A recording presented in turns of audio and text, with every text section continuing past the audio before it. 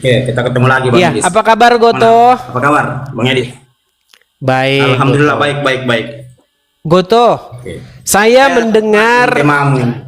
sebentar Goto. Saya mendengar informasi tentang ributnya Zuma dan Nandar nih seputar penetapan 25 Desember sebagai hari mualaf, katanya Zuma dan kawan-kawan. Tetapi Nandar tidak setuju dengan itu. Saya mau tanya dulu nih Goto. Untuk Anda sendiri Goto, Anda di posisi mana ini?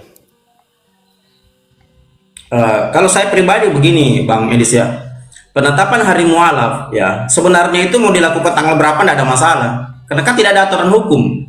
Kita kan ini hidup ya. Iya, di dalam ngerti, saya ngerti. Maksud saya gini, Anda ada di posisi mana? Setuju bahwasanya ditetapkan hari mualaf tanggal 25 Desember atau tidak setuju? Anda di pihak Nandar atau di Zuma? Karena mereka bertikai sekarang ini. Gimana? Saya berpihak kepada A atau B, saya tidak berpihak kemana-mana karena saya semuanya berdasarkan hukum. Oke, silakan yuk. Apa yang mau Anda bahas? Ya. Sesuai dengan tema kita pagi hari ini. Tema kamu ini kan bagus nih. Menurut saya 101 alasan Islam wajib ditinggalkan. 1001. Nah, kau kan punya alasan apa 1001 kan? Ya. Ya. Coba kok satu saja alasanmu ya wajib Islam ditinggalkan. Satu aja coba. Baik. Satu saja alasan saya kenapa Islam wajib ditinggalkan. Baik. Karena nabinya orang Islam menyuruh seseorang berbuat mesum. Siapa contohnya? Contohnya adalah seorang wanita. Ini biar ini ya teman-teman ya. Ini Goto ini dia seorang pendebat muslim juga ini. Ada seseorang bernama Sahlah binti Suhail. Sahlah binti Suhail ini gimana? Datanya kau ambil dari mana coba? Datanya Pakai dari dari mana? Baik. Baik, datanya diambil dari mana? Kalau saya ngomong mereka tidak percaya teman-teman. Kita gini saja. Kalau saya ngomong mereka nggak percaya. Jadi saya ini saja ya. Saya kutip saja dari Ustadz saja ya. Sebentar.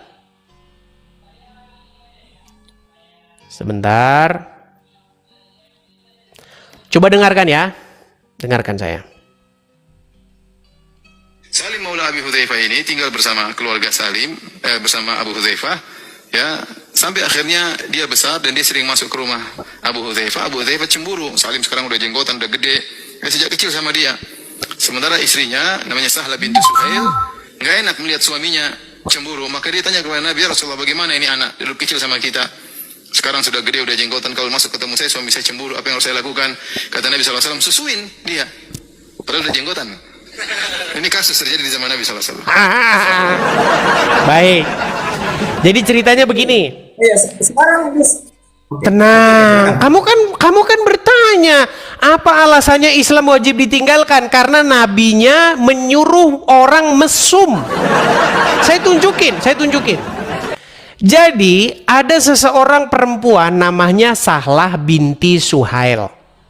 Sahlah binti Suhail ini bersama dengan suaminya namanya Abu Hudzaifah. Mereka memelihara seorang anak angkat. Nama anak angkat ini adalah namanya Salim. Oke? Suatu ketika Salim ini makin besar. Makin besar dia sudah berjanggut, berkumis. Cemburu suaminya. Cemburu dia. Mengadulah perempuan ini kepada Muhammad. "Ya Rasulullah, suamiku cemburu sehubungan dengan Salim di rumah yang sering keluar masuk rumah. Padahal Salim itu adalah budaknya sendiri." Lalu apa kata Muhammad? "Wahai Sahlah, susuilah dia." Terkagetlah si Sahlah. "Astaghfirullahaladzim ya Rasulullah, bagaimana mungkin saya menyusui dia sementara dia itu sudah berjanggut, sudah dewasa?" Muhammad tertawa sampai gigi gerahamnya terlihat. Kata Muhammad, ternyata Muhammad berkata, aku tahu bahwa dia sudah besar, bahwa dia sudah dewasa. Lalu singkat cerita, dilakukanlah oleh Sahlah ini. Setelah Sahlah menyusui Salim, Sahlah lapor lagi kepada Rasulullah. Ya Rasulullah, sekarang aku tidak melihat suamiku cemburu lagi. Pertanyaan saya, betulkah di situ Muhammad menyuruh perempuan menyusui pria lain yang bukan suaminya? Yang saya tanya sama kau, Dis, bukan rekaman dari Ustadz itu. Yang saya tanya kau, data kau dari mana? Sejarah Islam dari mana? Siapa yang tulis? Bukunya siapa? Baik. Karena saya selalu berbicara akademis. Saya tidak berbicara asumsi ya. Baik. Apalagi Baik. Anda cuma menampilkan data dari komen atau dari argumen salah seorang ustaz. Saya minta siapa Baik. yang nulis bukunya? Datanya dari mana? Apakah dari hadis atau sejarah-sejarah Islam yang lain? Itu supaya diskusinya maju. Baik, Kalau pernyataannya baik. orang tampilkan. Nah, baik. Maju diskusi, silakan. Baik. Kita akan tampilkan hadis-hadisnya ya teman-teman ya. Hadisnya itu bukan 1, 2, bukan 3, 4, tetapi hadisnya itu puluhan. Baik teman-teman, ada seorang pendebat muslim tapi tidak pernah tahu hadis ini. Baik. Saya tampilkan ya Bang ya di depan ya. Pertama, Sunan An-Nasai nomor 3267. Lihat sini Goto. Goto. Baik. Ya, ya tunggu. Ini Arabnya. Ini terjemahannya. Tunggu. Silakan. Oke. Telah mengabarkan kepada kami Berapa, Dis? Sunan An-Nasai nomor 3267. Masalah menyusui pria dewasa. Coba kami yang baca. Silakan. Kau sudah kau yang bawa data, kau suruh saya baca. Bagaimana model kau itu? Saya cek Oke, di situ silakan. ketemu nggak? Ketemu nggak di situ? Ya, oke, sudah ketemu, sudah. Sudah Oke. ketemu, saya ketemu, silakan. Oke. Telah mengabarkan kepada kami, Yunus berkata telah mengabarkan kami dari Aisyah. Saya baca saja matannya, isinya ya. Saya mendengar Aisyah, istri Nabi SAW berkata, Sahlah binti Suhail menemui Rasulullah SAW dan berkata, wahai Rasulullah, saya melihat kemarahan di wajah Abu Huzaifah. Tahan dulu. Hadis yang kau bawa ini hadis palsu, diedit. Palsu. Palsu. Memang palsu. Palsu ini. Lihat, grade. Ini aslinya. Ini ada tulisan grade-nya. Grade Abu Tahlah Zubair Azali. Sahih. Sahih. Palsu. Kau edit this, kau edit. Mana? Itu tuh. Itu aslinya tuh. Tunggu. Saya keluar lagi. Tunggu. Ini aslinya. Berat, saudara. Ini dia. Mana tulisan palsunya? Mana tulisan palsunya? Ini. Anak saya tidak. Bunyinya tidak seperti itu. Hadisnya kiamat kau bawa itu, Dis. Mana? Coba bacakan. Ini bunyinya ini. Ini bunyinya ini. Saya baca terjemahannya ya. Saya baca ya. Ini. Oke, coba kamu pergi ke Google. Sebentar, pergi ke beranda depan. Ini 326. Sebentar, pergi ke beranda depan dulu. Goto, tenang. Tenang Goto, tenang. Coba kamu pergi ke halaman depan. Pergi ke halaman depan. Pergi ke halaman depan. Kenapa kamu nggak mau pergi ke halaman depan? Satu-satu kita. Ini An-Nasai. Pergi ke halaman depan. Iya, ini sudah halaman depan ini di sini. Balik ke halaman depan. Enggak, sebentar. Maksud saya ke beranda. Kamu pencet tombol panah ke kiri. Pencet tombol panah ke kiri. Panah ke kiri. Iya, ini sudah paling depan, Dis. Bukan, panah ke kiri. Goto, kamu jangan pura-pura bengak, Goto. Coba kamu pergi ke halaman depan. Tutup dulu jendelamu. Enggak, saya tanya, ini bunyi 3267 tidak Goto, sama yang kau sebut. kamu nggak usah Ini pura-pura, Goto, tenang, Goto. Kamu pergi dulu ke halaman Pura-pura. beranda depan Google, coba. Ke Google depan, 3267 bagian kan? depan. Ke Google. 3267 ini maksudnya. Aduh, Ini tunggu, Goto, saya tanya. Goto, kamu kok malu banget. Goto, kamu pergi ke halaman depan. Kamu bisa Iya, dengar ini saya nggak, halaman Goto? paling depan ini. Maksud saya Ini ke sudah beranda halaman Google. Coba kamu ngerti Google nggak? Google masalahnya. Ini masalahnya. Coba kamu ke Google coba. Ini masalahnya. Kok tampilkan ini kan? Ya, ke laut sana kau Goto. Ya, ke laut kau sana. Jadi teman-teman sekalian, ini websitenya adalah Hadits Tazkiyah. Orang-orang muslim itu teman-teman memang diajarin Muhammad tuh nipu mereka. Jadi teman-teman, namanya nomor hadis itu memang nggak ada yang sama. Kalau kalian ketik Sunan An-Nasai 3267, ini yang bahas jagung, bahas air minum, semua ada. Nomor hadis nggak ada yang sama. Nomor hadis tidak pernah ada yang sama. Saya tunjukkan sama kalian halaman depannya ya. Dia tadi saya suruh bawa ke halaman depan, dia nggak mau. Saya bawa ke halaman depan saya dulu sebentar. Nih ya, dia saya suruh nunjuk halaman depan. Balik ke belakang, nih, ini halaman depannya ini. Ini maksud saya halaman depan tuh Google ini. Ketik saja ini bukan saya ngomong nih. Hadits Tazkiyah, ketik. Nih. Banyak ini hadis. Bukan cuma satu, grade-nya apa? Sahih semua ini hadis. Memang kalian mau menipu. Bahkan ya, saya kasih tahu sama kalian, ini sudah dibahas oleh Ustadz siapa? Ustadz Firanda. Dengarkan, apa kata Ustadz Firanda? Lihat nih. Dengarkan. Abu Hudzaifah ini tinggal bersama keluarga Salim, bersama Abu Hudzaifah. Ya, sampai akhirnya dia besar dan dia sering masuk ke rumah Abu Hudzaifah. Abu Hudzaifah cemburu. Salim sekarang udah jenggotan, udah gede. Sejak kecil sama dia. Sementara istrinya namanya Sahla bintu Suhail nggak enak melihat suaminya cemburu. Maka dia tanya kepada Nabi, ya Rasulullah, bagaimana ini anak dulu kecil sama kita, sekarang sudah gede, udah jenggotan, kalau masuk ketemu saya, suami saya cemburu, apa yang harus saya lakukan? Kata Nabi SAW, susuin dia, padahal udah jenggotan. Ini kasus terjadi di zaman Nabi SAW. Susuin dia. Akhirnya dia pun menyusui Salim, ya. Kemudian jadilah mahram. Akhirnya tidak mengapa jadi mahram, ya.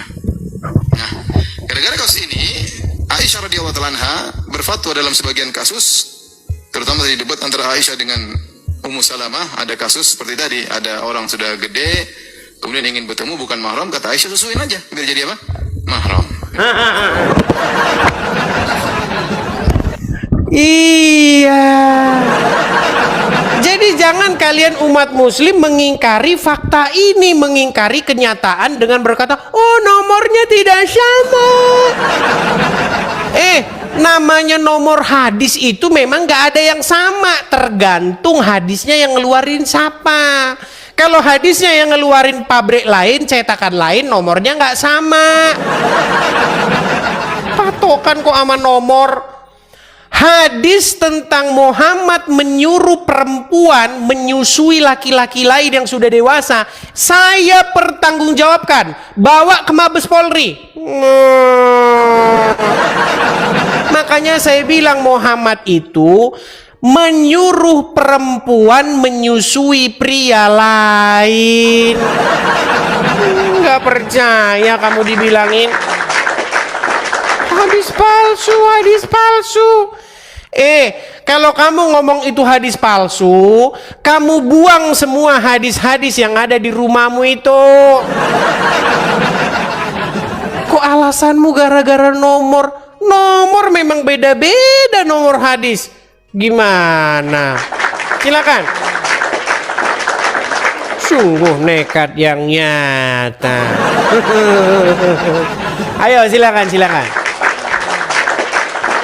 Kaum muslimin wal muslimat dimanapun kalian berada, Saya ini adalah orang yang telah menghabiskan waktu saya selama kurang lebih 13 tahun untuk meneliti agama Islam. Sehingga apa? Sehingga ketika saya bicara, selalu saya menggunakan dalil. Ayo datang kemari, patahkan argumen saya. Ya, Basori. Ya, silakan Basori, nyalakan kamera Anda. Silakan, nyalakan kamera Basori. Oke, saya mau tanya dulu Basori. Dia ini udah sering diskusi dengan kita. Basori, Anda seorang Muslim? Saya seorang Muslim, ya betul. Apakah fitnah ketika saya katakan bahwa memang benar ada riwayat-riwayat hadis-hadis yang mengatakan bahwa Muhammad pernah menyuruh perempuan menyusui laki-laki lain yang sudah dewasa yang bukan suaminya? Memang ada, bahkan Nabi Muhammad itu menyuruh umatnya untuk minum air kencing. Nah, menurut Anda nih. Oh, sebentar, ini disangkain nanti Anda Kristen menyamar. Sebentar. Basori, supaya Anda tidak difitnah bahwa Anda itu Kristen pura-pura menyamar jadi Islam, bisakah Anda membacakan satu ayat di dalam Al-Quran untuk meyakinkan pemirsa bahwa Anda ini adalah seorang Muslim? Bismillahirrahmanirrahim. Qul huwallahu ahad, Allahus samad, lam yalid walam yulad walam yakul lahu kufuwan ahad. Oke, itu surat Al-Ikhlas terlalu lumrah. Yang lain coba. Sudah ini pengikutmu sudah tahu kalau saya Islam. Oh iya, sudah tahu. Baiklah, sah ya. Oke. Jadi ketika Muhammad menyuruh perempuan menyusui laki-laki lain, yang laki-laki tersebut adalah sudah dewasa, sudah berjanggut, apakah itu satu perbuatan mesum? Pada dasarnya kan ada hikmah di balik itu semua. Bukan, sebelum hikmah dulu. Kalau muslim mah, kalau Muhammad ngomong pasti hikmah. Pertanyaan saya, kira-kira jika perempuan membuka payudaranya, mohon maaf, lalu memberikan payudaranya itu kepada mulut pria dewasa, pertanyaan saya, jika itu bukan suaminya, mesum tidak perbuatan itu? Memang mesum, tetapi dalam memang mesum. Pertanyaan saya, betul, tenang. Betulkah Muhammad melakukan atau menyuruh seorang perempuan berbuat mesum? bukan berbuat mesum, tetapi ada konteksnya, ada sebuah. Iya, sebelum ke sana dulu. Apakah jika payudara perempuan dicocokin, aduh gimana ini saya bahasanya ini sulit. Ketika payudara perempuan itu dijejelin ke mulut lelaki yang sudah dewasa, bukan suaminya, menurut Anda itu perbuatan mesum nggak?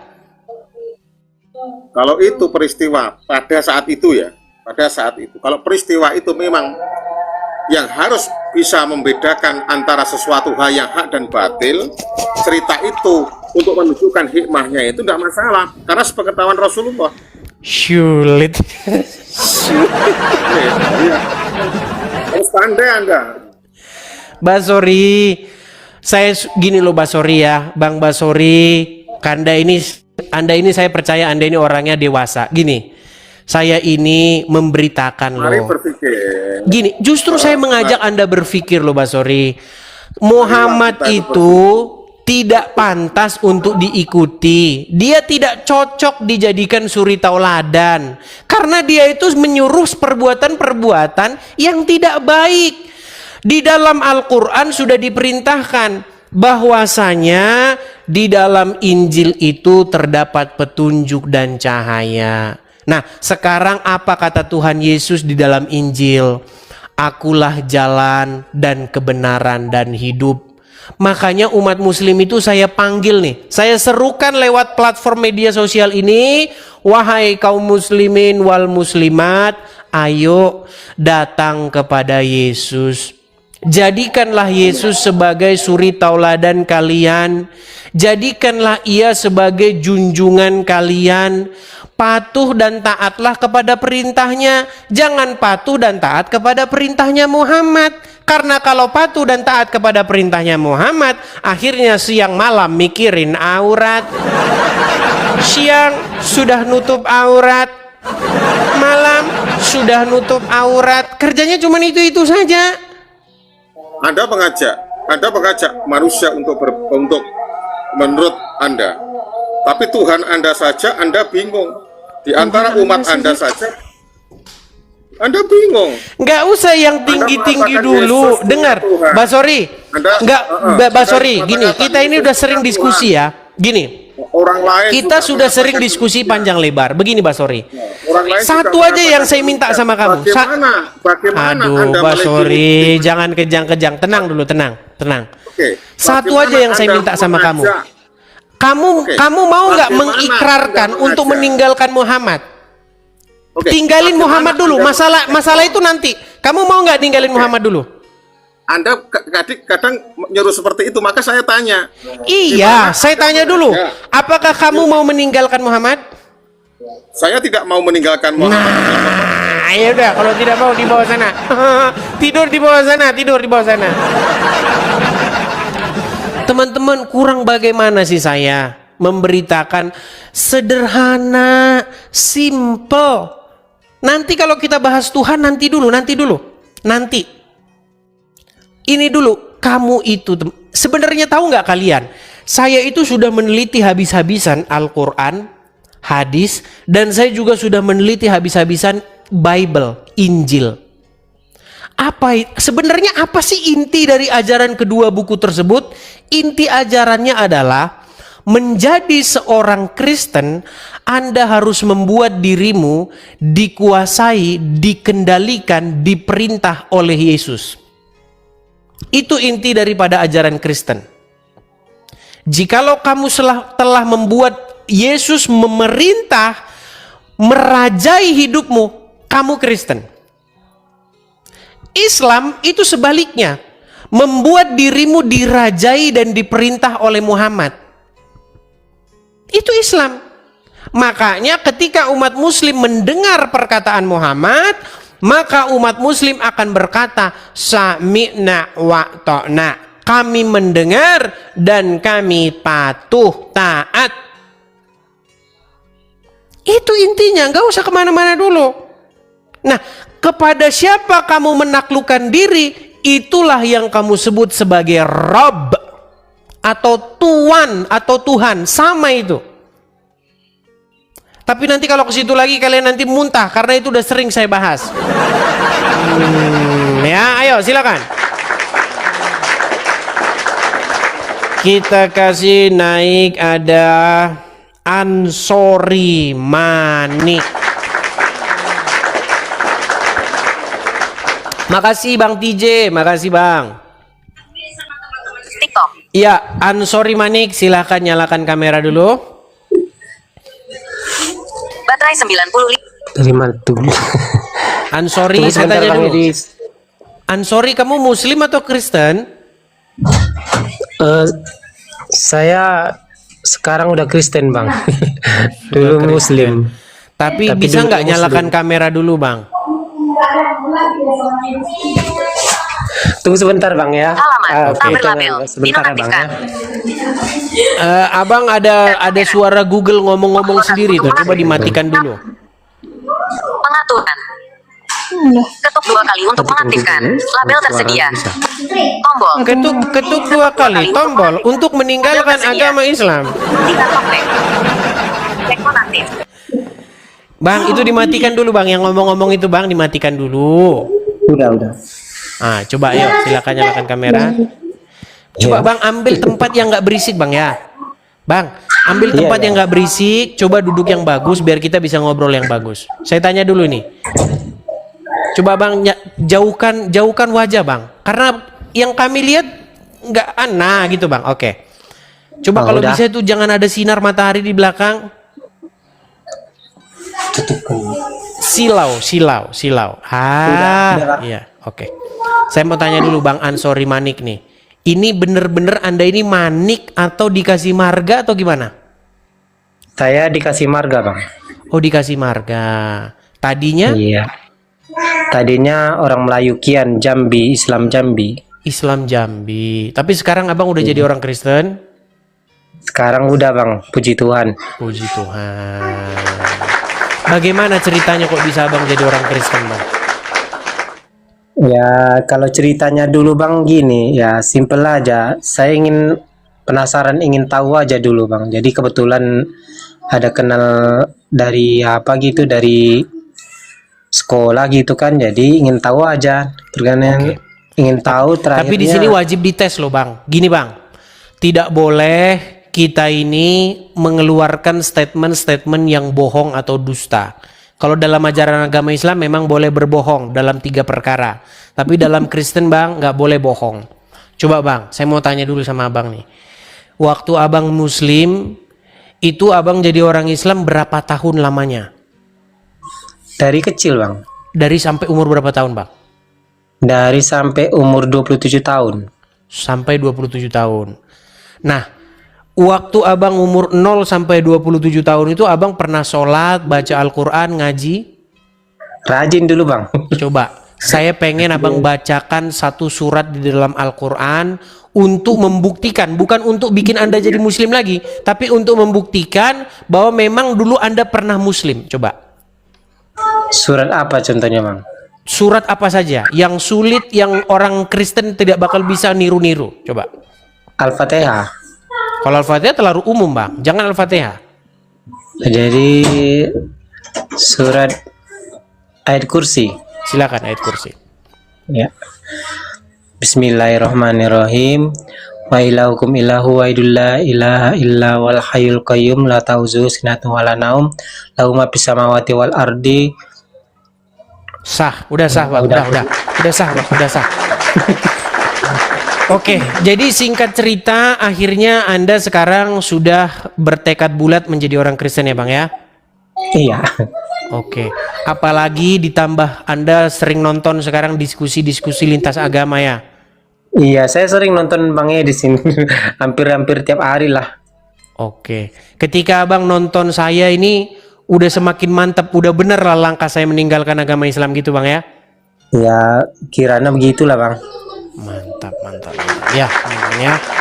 Ya, Bang, jadi seperti yang saya bilang tadi ya, Bang ya, menjadi Kristen artinya menjadikan Yesus sebagai pemerintah atau menjadi raja yang memerintah di hidup kita. Jadi tidak mungkin, Bang, menjadi Kristen tetapi di detik yang sama yang memerintah bukan Yesus tapi yang memerintah Muhammad. Nah, itu bohong. Itu artinya Kristen di mulut. Gitu. Kalau misalnya begini, contoh misalnya begini. Ngaku Kristen, KTP Kristen. Ya kan?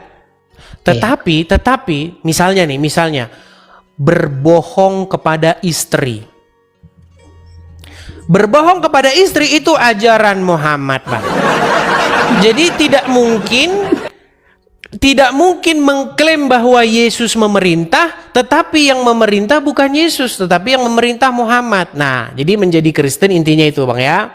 Menjadikan Yesus sebagai Tuan atau Tuhan, artinya memerintah hidup kita.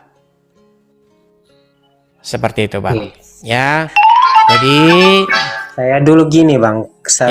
Kalau Kristen sekarang itu kan yang Manik, tidak masuk ada akalnya pesan gitu baru yang di WhatsApp pertama kita diperintahkan di situ kayak untuk beristri lebih dari satu. kalau di zaman Islam.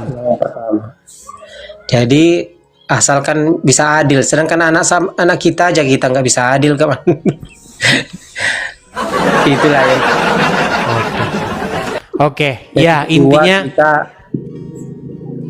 supaya kita ya apalah gitu sucilah menurut perintah roh gitu daripada perintah kedagingan gitu aja. Betul, yang apa gitu. Oke.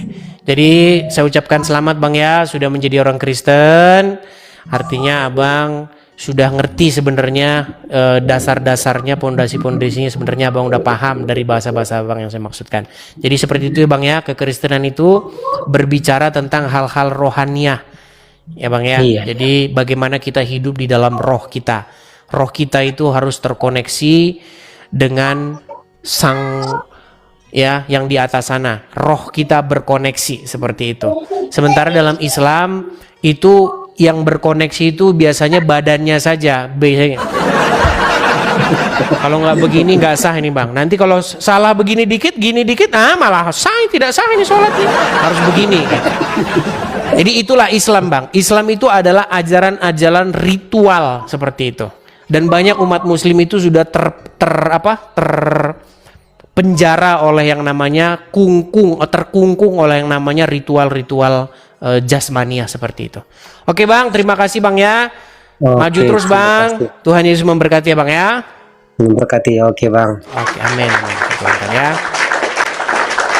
Ya, karena dari namanya itu Ansori, kemungkinan memang dia mungkin lahirnya itu Muslim gitu ya.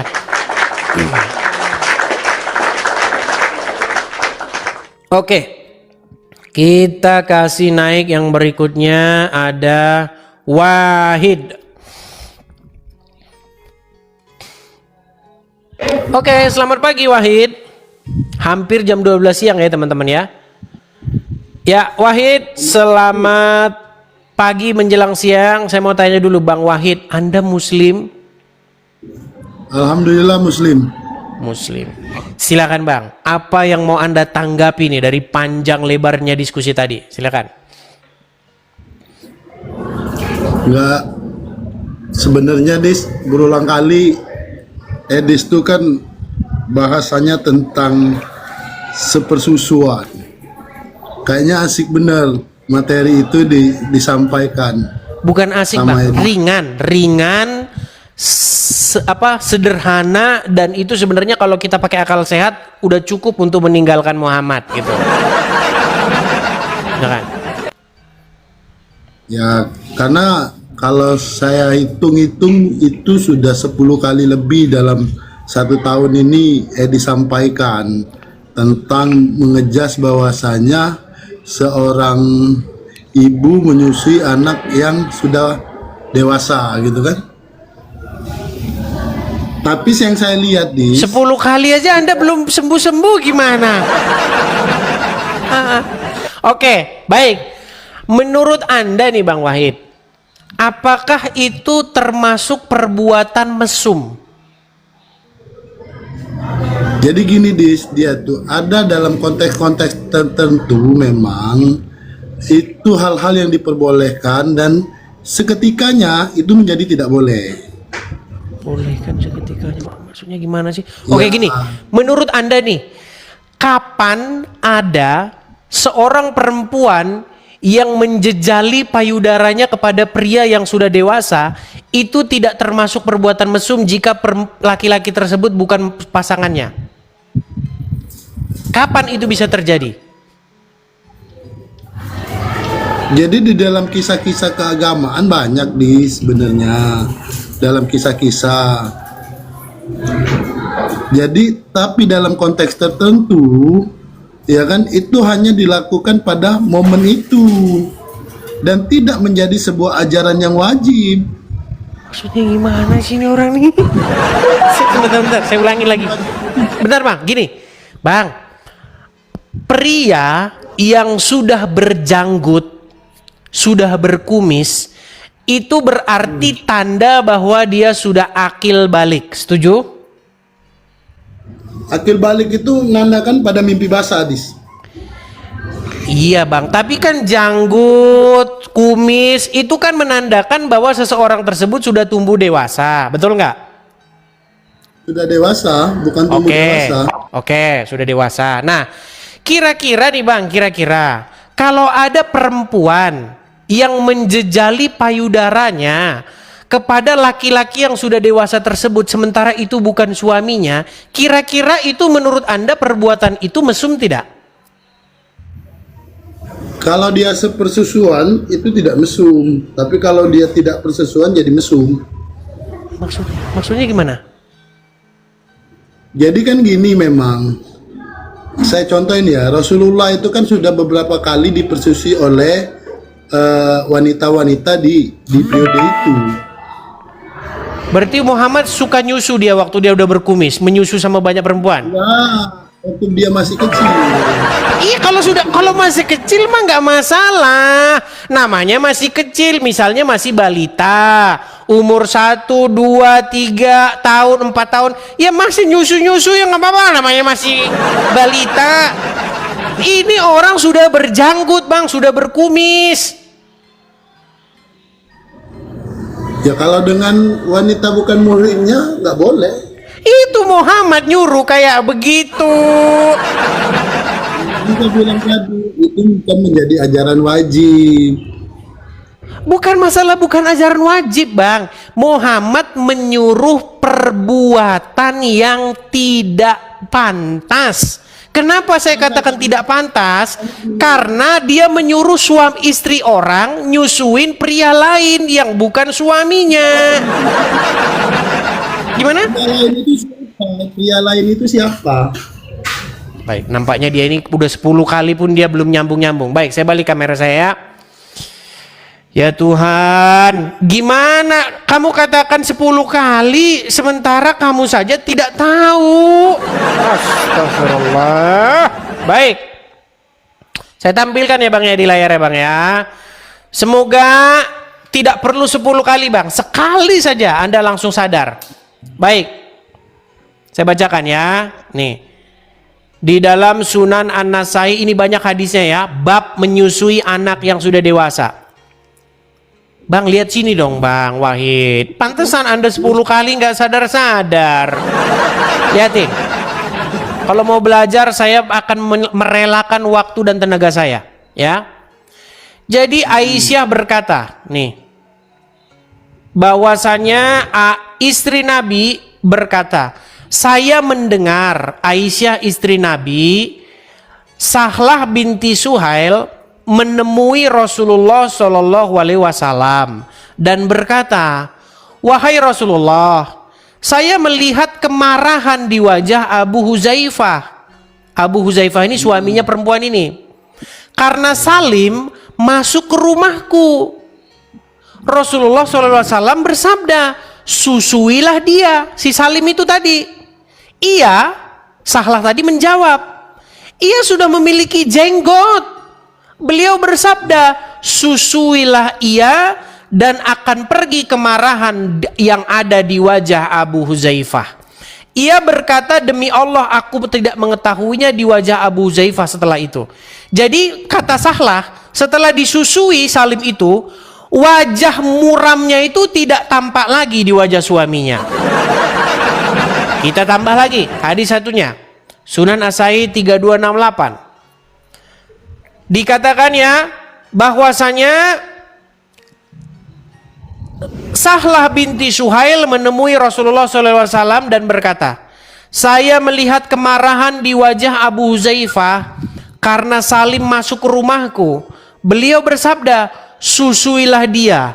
Ia berkata, bagaimana saya menyusuinya sedangkan dia adalah laki-laki dewasa? Kemudian beliau bersabda, bukankah saya tahu bahwa ia adalah laki-laki dewasa? Kemudian ia datang setelah itu dan berkata, demi zat yang mengutusmu ya Rasulullah, dengan kebenaran sebagai nabi, saya tidak melihat satupun di wajah Abu Huzaifah setelah itu yang tidak saya suka. Jadi setelah disusui, wajah suaminya langsung berseri-seri. Baik, saya tambahkan lagi.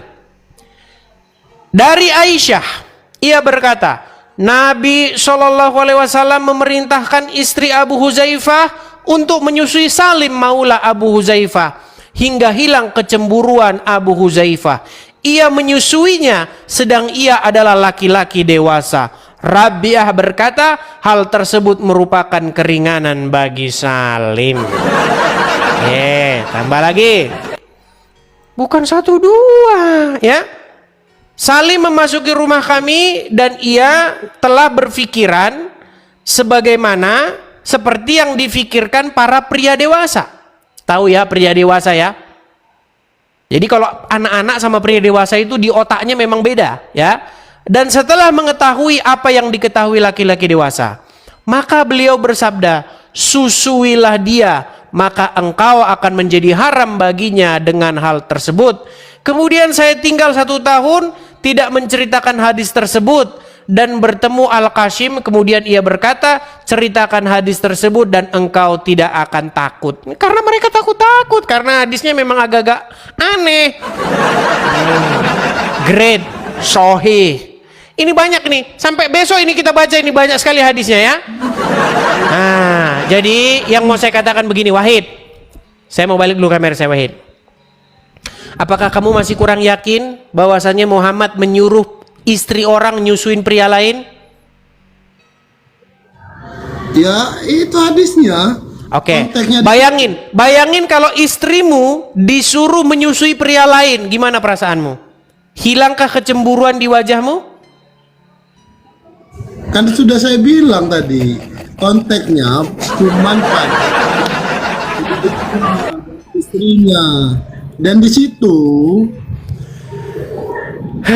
ya Tuhan, aku serahkan kepadamu ya Tuhan untuk membukakan hati jamaah saya kaum muslimin wal muslimat. Saya menyerahkan kepada Engkau ya Tuhan hatinya Wahid yang masih keras. Untuk apa? Supaya dilembutkan. Dengan maksud apa? Supaya kalian terbuka mata hati kalian, terbuka pikiran kalian, terbuka akal sehat kalian, bahwasanya memang Muhammad tidak pantas untuk diikuti, Bang Wahid. Di dalam Injil dikatakan apa? Tuhan Yesus berkata, akulah jalan dan kebenaran dan hidup. Keburukan, sebentar, keburukan, kejahatan apa? Tenang Wahid, ini saya mau tanya sama kamu. Keburukan, kejahatan apakah yang kamu baca dari biografi Yesus yang membuat kamu menolaknya? gimana saya mau menjadikan Yesus itu sebagai Tuhan? Apa maksudnya menjadikan Tuhan itu? Maksud daripada menjadikan Tuhan itu apa? Tuhan, ya kamu bilang kan. Astaga. Apa sih menjadikan Tuhan? Apa artinya menjadikan Tuhan itu apa? Menjadikan sesembahan. Ini loh, maksud menjadikan Tuhan tuh begini. Di dalam Al-Quran, di dalam surat Al-Jazziyah ayat 23, di situ disebutkan tentang orang-orang yang menjadikan hawa nafsunya sebagai Tuhan. Oke, apa maksudnya di situ menjadikan hawa nafsu sebagai Tuhan? Tuhan itu sesuatu yang dianggap sesuatu yang mempunyai nilai lebih. Oke, berarti menjadikan hawa nafsu sebagai Tuhan itu gimana maksudnya? Wahai hawa nafsuku, wahai hawa nafsu, gitu maksudnya menjadikan sesuatu Tuhan. Tenang, gini. Kamu paham nggak artinya menjadikan Yesus Tuhan? Karena banyak orang nggak paham. Baik yang Kristen, baik yang Islam, banyak yang tidak tahu maksudnya menjadikan Yesus Tuhan. Kan saya sudah jelaskan ratusan kali.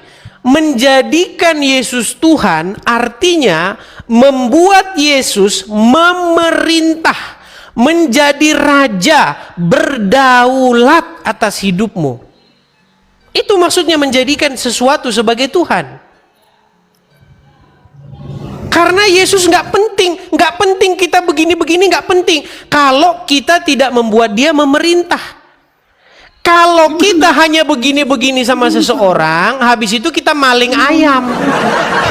Nah, dengarkan saya, tenang, Wahid. Orang Islam itu kerjanya begini-begini. Tidak penting mematuhi perintahnya, nggak penting. Yang penting gini. Karena di dalam ajaran agama Islam yang penting begini. Berzina, mencuri, masuk surga. Yang penting kamu mengucapkan 2 kalimat syahadat, terus begini-begini sama Allah, habis itu kamu maling, mencuri, korupsi, nggak apa-apa, masuk surga. Mau pedofil, mau Itulah ajaran agama Islam. iya, tinggal ditebus bagi teman-teman Nasrani. Ya, saya tingkat saya itu cuman itu aja, nyembuhin kamu dari ngikutin Muhammad itu dulu. Nah, kalau kamu belum sembuh ngikutin Muhammad, kamu akan jadi orang jahat terus. Makanya teman-teman, saya itu udah 13 tahun.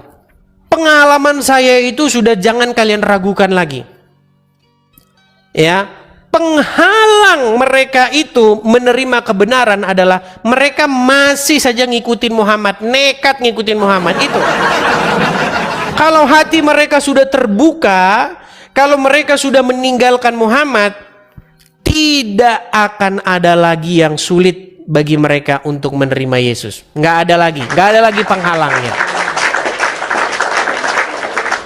Karena banyak mereka yang tidak tahu itu. Menjadikan Yesus Tuhan itu mereka tidak tahu. Bahkan juga orang Kristen banyak tidak tahu menjadikan Yesus sebagai Tuhan. Maksud daripada menjadikan Yesus Tuhan itu di pikiran orang adalah menganggap Yesus itu adalah jenis zat partikel tertentu. Padahal bukan itu. Kalau kamu menganggap Yesus adalah jenis partikel tertentu, lalu kamu korupsi, lalu kamu berzina, lalu kamu mencuri, itu artinya kamu tidak menjadikan Yesus sebagai Tuhan. Menjadikan Yesus sebagai Tuhan artinya adalah membuat Yesus memerintah hidupmu, menjadi raja di hatimu, dia mengendalikan hidupmu. Itu artinya. Bukan menganggap dia jenis partikel tertentu. Seperti orang Islam. Orang Islam itu artinya menjadikan Allah sebagai Tuhan, artinya menganggap Allah zat tertentu. Makanya setelah kamu menganggap Allah zat tertentu, habis itu kau mencuri, kau berzina, tetap masuk surga. Itu. Iya. Ruqyah mukjizat Al-Quran. Oke. Ya, selamat pagi Ruqyah.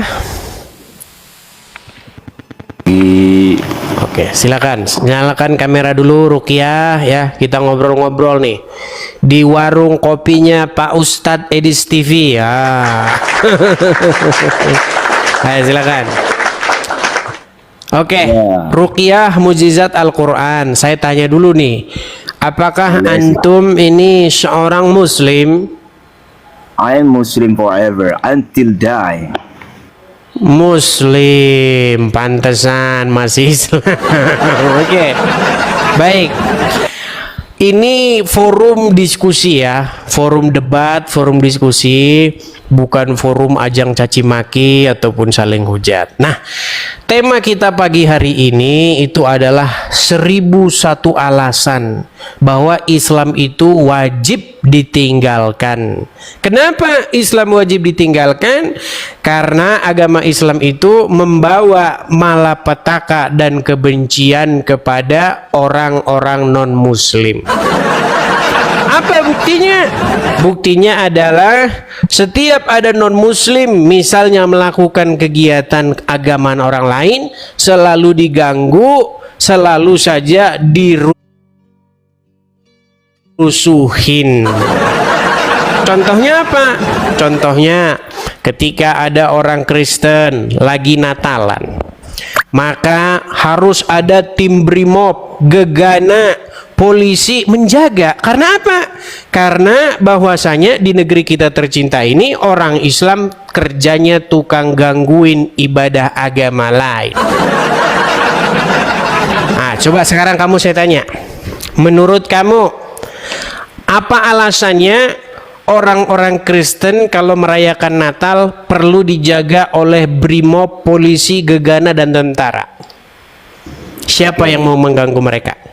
Kita harus membedakan Bang Edis antara Islam dan Muslim. Enggak, sebelum ke situ dulu. Menurut Anda, mengapa ada polisi, tentara, brimob menjaga orang Natalan? Karena menjaga keamanan dan keselamatan. Iya, dari para- siapa? Dari siapa? Dari oknum orang yang mengaku muslim. Iya, oknum. Oknum, saudara-saudara. Begini, sedikit Rukiah, kita gantian bicaranya. Ini enaknya warung kopi Pak Ustadz Edis nih ya. Begini, Rukiah, kalau dikatakan oknum, bagaimana mungkin oknum itu jumlahnya banyak? Bayangkan tuh, orang mau gereja dihalang-halangi orang sekampung. Dia ngidupin toanya tuh dari masjid, dibikin musik-musik yang keras-keras untuk ganggu orang ibadah. Bagaimana mungkin Anda katakan itu oknum, sementara yang lakukan satu RW? Nah, silakan. Ya. Jadi di dalam agama Islam itu Bang Edis, ada Islam, ada pemeluknya. Namanya oknum itu disebut dengan muslim. Ya. Kalau untuk agama Islam sendiri, patokannya ialah Al-Qur'an, la ikraha fid din. Tidak ada paksaan. Jadi jika orang tersebut ingin beribadah, ya silahkan. Cuma kita sekarang kan berada di Indonesia. Ada peraturan-peraturan untuk mendirikan suatu rumah ibadah, ya. Nah, jika tidak mengikuti, maka terjadi gejolak di bawah akar rumput. Maka dari itu, kalau untuk Islamnya sendiri tidak ada memaksa, tidak boleh kita mengganggu orang lain untuk beribadah. Oke, Ini sekarang benar-benar Islam. Baik. Kalau ada orang yang menyerang agama lain untuk beribadah, itu oknum. Jangan dipukul rata semuanya. saya tanggapi. Baik. Contohnya Gus Dur tidak pernah beliau membenci orang yang beragama lain. Beliau kenapa? Karena beliau telah menyelam ke rahmatnya Allah Subhanahu wa taala. Kenapa? Karena Allah tidak pernah memilih kasih. Ya, Allah Tuhan Islam tidak pernah pilih kasih. Antara yang muslim maupun yang kafir sama saja, diberikan rezeki yang sama. Seharusnya umat muslim mengikuti jejaknya Gus Dur. Baik, saya tanggapi ya. Menyerang orang untuk beribadah, maka dia bukan agama Islam. Ya, bahwa itu jelas dalam Al-Quran dilarang, haram hukumnya. Ya, janganlah engkau mencaci maki sesembahan orang lain, nanti mereka akan mencaci Allah tanpa pikir panjang. Baik, saya tanggapi. Baik. Jadi Anda mengatakan bahwasanya alasan orang menggeruduk itu mengganggu ibadah agama lain, alasannya karena satu, tidak ada perizinan. Sementara banyak masjid-masjid, banyak langgar-langgar, musola-musola yang juga tidak punya izin. Kalau Anda berbicara mengenai izin rumah penyelenggaraan kegiatan agama, maka survei membuktikan, saya pernah membaca dari salah satu media nasional, bahwa memang banyak sekali, kurang lebih 90% tempat peribadatan itu tidak punya izin. Masjid saja atau langgar atau musola yang tidak punya izin itu sangat banyak. Tapi belum pernah ada ceritanya ada sekumpulan orang-orang Kristen gangguin orang lagi di masjid. Nah, itu. Kemudian bantahan yang kedua, kamu mengatakan bahwasanya tidak punya izin. Loh, gereja-gereja besar yang sudah berdiri, bagaimana Anda katakan itu tidak punya izin? Sementara di situ ada BRIMOB, ada TNI, ada polisi sedang menjaga. Tadi belum kamu jawab. Sekarang begini, Bang. Kalau misalnya orang Islam itu tidak diajari membenci agama lain, kalau misalnya orang Islam itu tidak diajari untuk memfevet orang Yahudi maupun orang Nasrani dimanapun mereka berada, bagaimana mungkin ada orang Islam yang melakukan seperti itu? Bagaimana mungkin ada pihak keamanan yang menjaga orang lagi Natalan? Coba jelaskan dulu kepada saya. Apa alasannya yang kamu katakan tadi sebagai oknum, setiap hari ingin mencelakai orang yang Natalan. Makanya setiap Natalan tiap hari polisi capek gara-gara kalian. Nah, coba silakan. Masalah izin, ya, setiap masjid itu untuk menentukan kiblat harus ada persetujuan dari Kemenak, ya.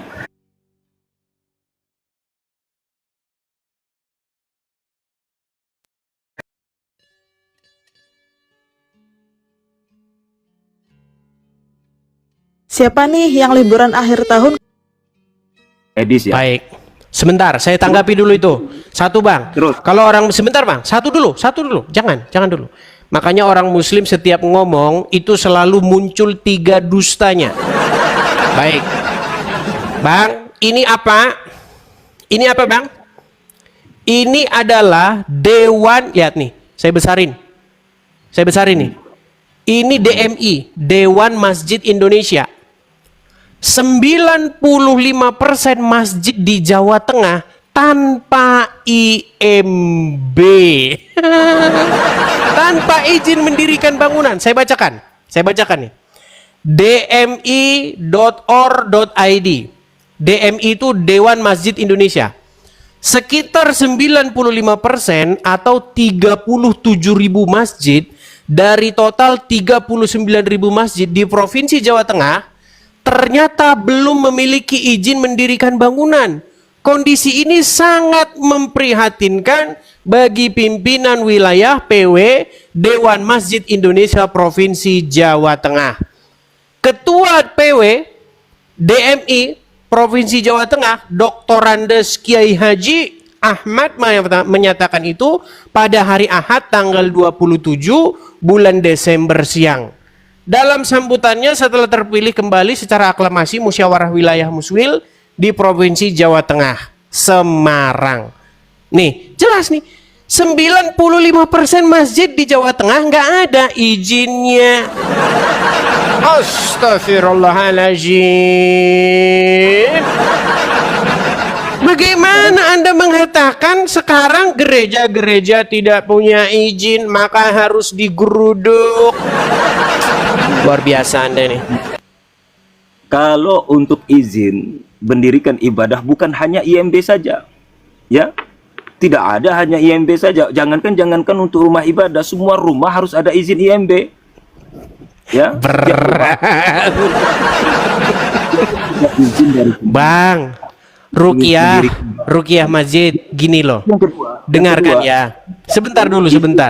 Anda tadi mengatakan alasan orang-orang ada oknum-oknum, kata Anda oknum. Sebenarnya itu bukan oknum. Itulah gambaran wajah orang Islam. Bagaimana Anda katakan itu adalah oknum gara-gara IMB, gara-gara izin? Kan kamu masalahkan kan izin. Ternyata 95% masjid di Jawa Tengah tanpa izin. Inilah yang saya bilang, Bang. Begini, Bang ya, begini. Coba 4.000 orang mata memandang. Coba di-share, benarkah linknya itu benar? Oke, baik, kita tampilkan ya teman-teman ya. Disangkain saya bohong teman-teman. Nih. Astaga. Sebentar ya. Saya mau bilang, saya mau kutip nih. Kalau ada seorang kafir membawa berita kepadamu, maka janganlah kebencianmu itu menjadikan kamu tidak berlaku adil. Mentang-mentang saya seorang non-muslim, ketika saya membawa informasi langsung dikatakan dusta. Mentang-mentang muslim, sebentar, tenang. Mentang-mentang muslim, ketika dia membawa informasi sekalipun itu bohong, kau bilang benar. Baik, saya tampilkan di layar. Apakah kita bohong, teman-teman? Apakah kita berdusta? Lihat. Ya. Lihat. Ada itu namanya tabayun. Ini webnya apa, Bang? Sebentar, Bang. Tenang, Bang. Tabayun dulu. Bang, ya, apa webnya ini? Apa webnya? Coba ayah bunda semuanya cari. Dewan Masjid Indonesia. DMI, Dewan Masjid Indonesia. 95% masjid di Jateng tanpa IMB. Astaga, luar biasa Anda nih. Bang, apakah karena saya seorang non-muslim, maka kamu tidak percaya apapun yang saya katakan? Tidak. Saya Lalu mempercayai. kenapa kamu mengatakan saya berdusta? Justru karena saya adalah orang minoritas, saya tidak berani ngomong asal-asalan. Karena yang berani ngomong asal-asalan cuman mayoritas orang Islam. Karena kalau orang Islam salah, maka tidak apa-apa. Tapi kalau minoritas salah ucap dikit kayak Pak Ahok, langsung masuk penjara. Gimana? Janganlah sedih demikian, tidak semua. Bukan negeri. sedih, saya ini menyuarakan. Ayo, karena saya masih percaya masih ada orang-orang Muslim yang mau memperbaiki negeri ini. Masih ada orang-orang Islam yang mau berpikir secara baik dan benar. Bang Edis, jika Bang Edis ingin mengetahui Islam itu seperti apa, ya lihatlah Gus Dur. Beliau tidak Masa pernah Islam? Sudah. Jika Anda ingin mengetahui Islam seperti apa, lihatlah Gus Dur. Astaga. Kalau Anda mau mengetahui Islam itu seperti apa, lihat Muhammad. Kau lihat Gus Dur. Gimana sih? Coba di hadis mana? Sebentar. Di hadis mana, di Quran mana yang menyatakan bahwa Gus Durlah seorang muslim yang sejati? Nggak ada. Seorang muslim yang sejati menurut Al-Quran adalah Muhammad, para muhajirin, dan ansor. Itulah orang-orang muslim yang sejati. Gimana? Tidak ada. Rasulullah tidak pernah mengakunya, bahkan dirinya seorang muslim yang benar-benar sejati tidak ada. Iya Tuhan, baiklah saya tunjukkan. Sebaik-baik umat muslim itu adalah generasi para sahabat, kemudian tabi'in, tabi'ut. Itu yang benar. Tidak ada muslim, patokan muslim terbaik itu Gus Dur. Ada-ada saja. Untuk Indonesia, Menurut hadis, Bang, gini Bang, Anda harus bisa membedakan. Bang kenapa? Rukiah, Karena dia tidak membenci. Dia tidak pernah membenci orang-orang non-muslim. Beliau Rukiah, mencintai orang- dengarkan. Anda harus bisa membedakan harapan. Dengar. Anda harus bisa membedakan harapan Anda dan apa yang tertulis di Quran. Kalau Gus Dur adalah contoh muslim yang terbaik, itu harapanmu. Itu bukan kata Al-Quran dan hadis. Tidak boleh begitu. pun mengikuti Al-Quran dan hadis. Ya. Menurut hadis, siapakah generasi muslim yang terbaik? Kenapa dikatakan terbaik itu? Kenapa dikatakan terbaik? Karena Mereka betul-betul menjalankan ajaran agama Islam. Siapakah itu? Adalah kaum para sahabat, yaitu kaum muhajirin dan kaum ansor yang menyertai Muhammad. Aduh, orang Islam gak belajar agama Islam. Pantesan Anda masih Islam. Jadi gini. Kenapa Rasulullah mengatakan bahwa 3 generasi terbaik, yaitu para sahabatku, para tabi'un dan tabi'in, ya. Ini 3 generasi awal. Ya, ini yang terbaik karena mereka langsung. Terus kenapa Anda katakan Gus Dur? Sedangkan generasi di akhir itu telah terjadi ajaran agama Islam itu bercampur-campur. Iya, makanya saya bilang jangan Gus Dur yang jadi patokan. Aduh, ada-ada saja Anda ini. Saudaranya yang beragama lain. Nah, itu yang tidak dibenarkan. Jika seandainya dia membenci agama non-muslim, itu dia telah berlepas diri daripada Rasulullah. Baik, saya bukakan satu hadis. Di dalam sebuah, teman-teman juga udah pada tahu hadis itu. Rukiah. Orang menonton live kami ini, jika Anda membenci agama orang lain, berarti Anda telah berlepas diri daripada Rasulullah. Rasulullah tidak pernah membenci. Ya, bahkan seorang Yahudi tua yang selalu mencaci maki Rasulullah itu disuapkan makanan oleh Rasulullah sampai Itu hadis palsu. Mengenai pengemis buta Yahudi itu adalah hadis palsu. Itu coba diriwayatkan dalam riwayat apa itu? Kalau ada, dengar, tenang tarik nafas. Anda membenci Bang Edis, hembuskan nafas daripada Rasulullah. Tarik nafas lu Bang.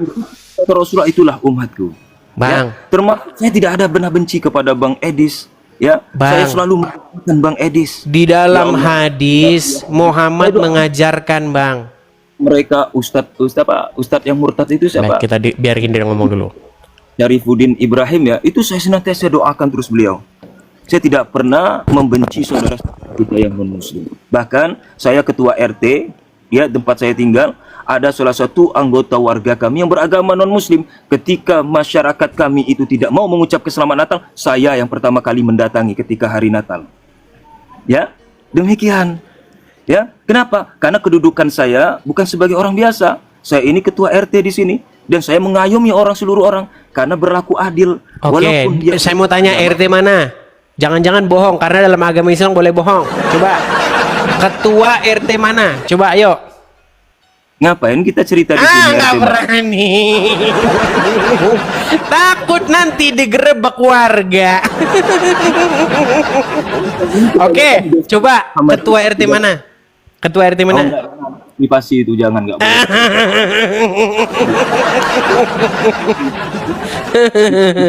Teman-teman kami yang menonton live ini nggak masalah. Warga kami juga banyak menonton. Bang, Dan begini, yang saya bilang begini, Bang.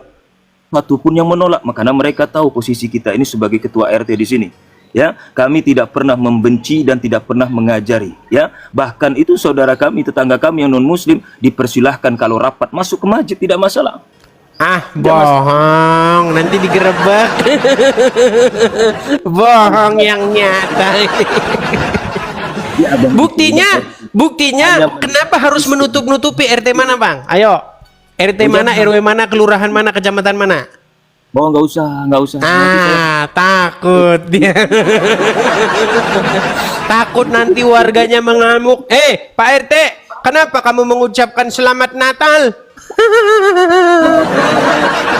Makasih Bang Toyo, makasih. Harus ada dua pendapat, ada yang membolehkan, ada yang mengharamkan. Iya, artinya Anda tidak boleh mengatakan itu oknum, Pak RT.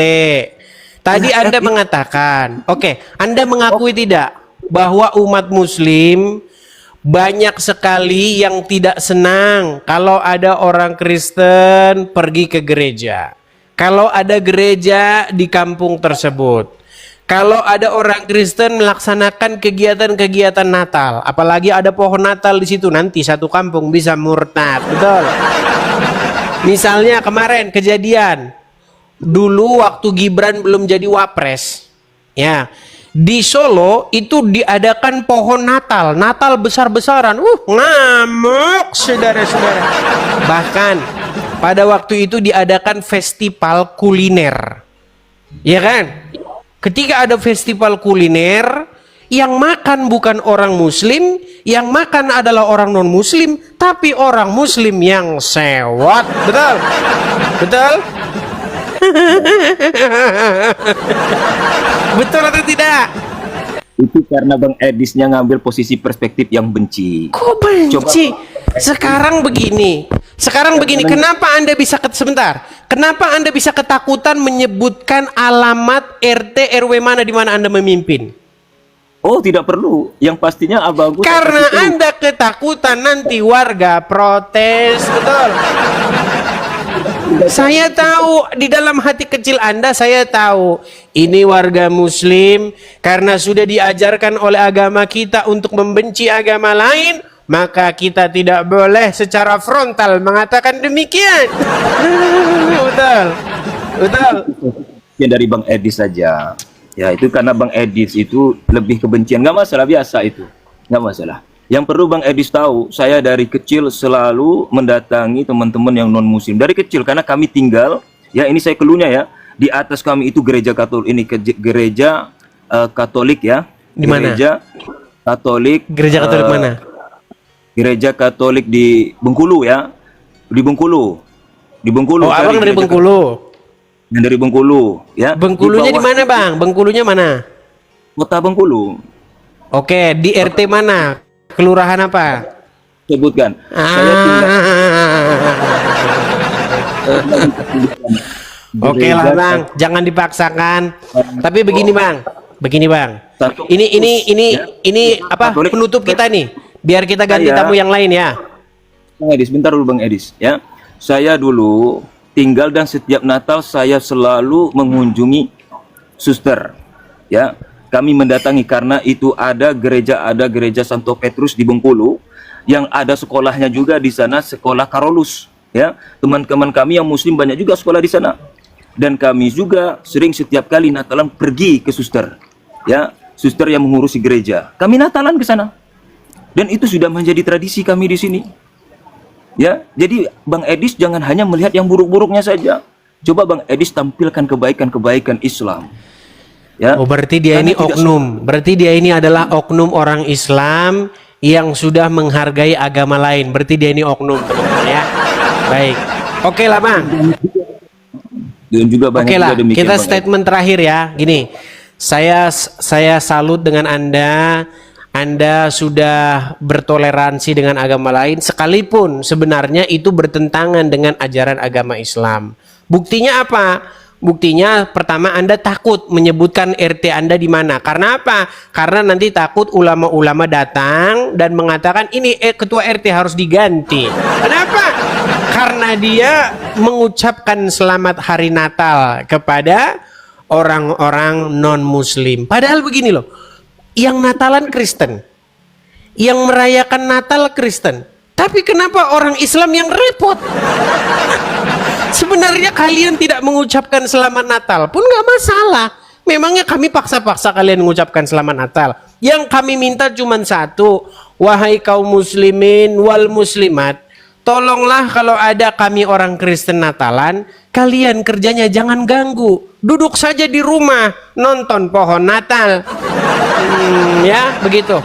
Saya rasa itu saja Ruqyah Mujizat Al-Quran. Terima kasih ya. Kita berikan kesempatan kepada yang lain, oke?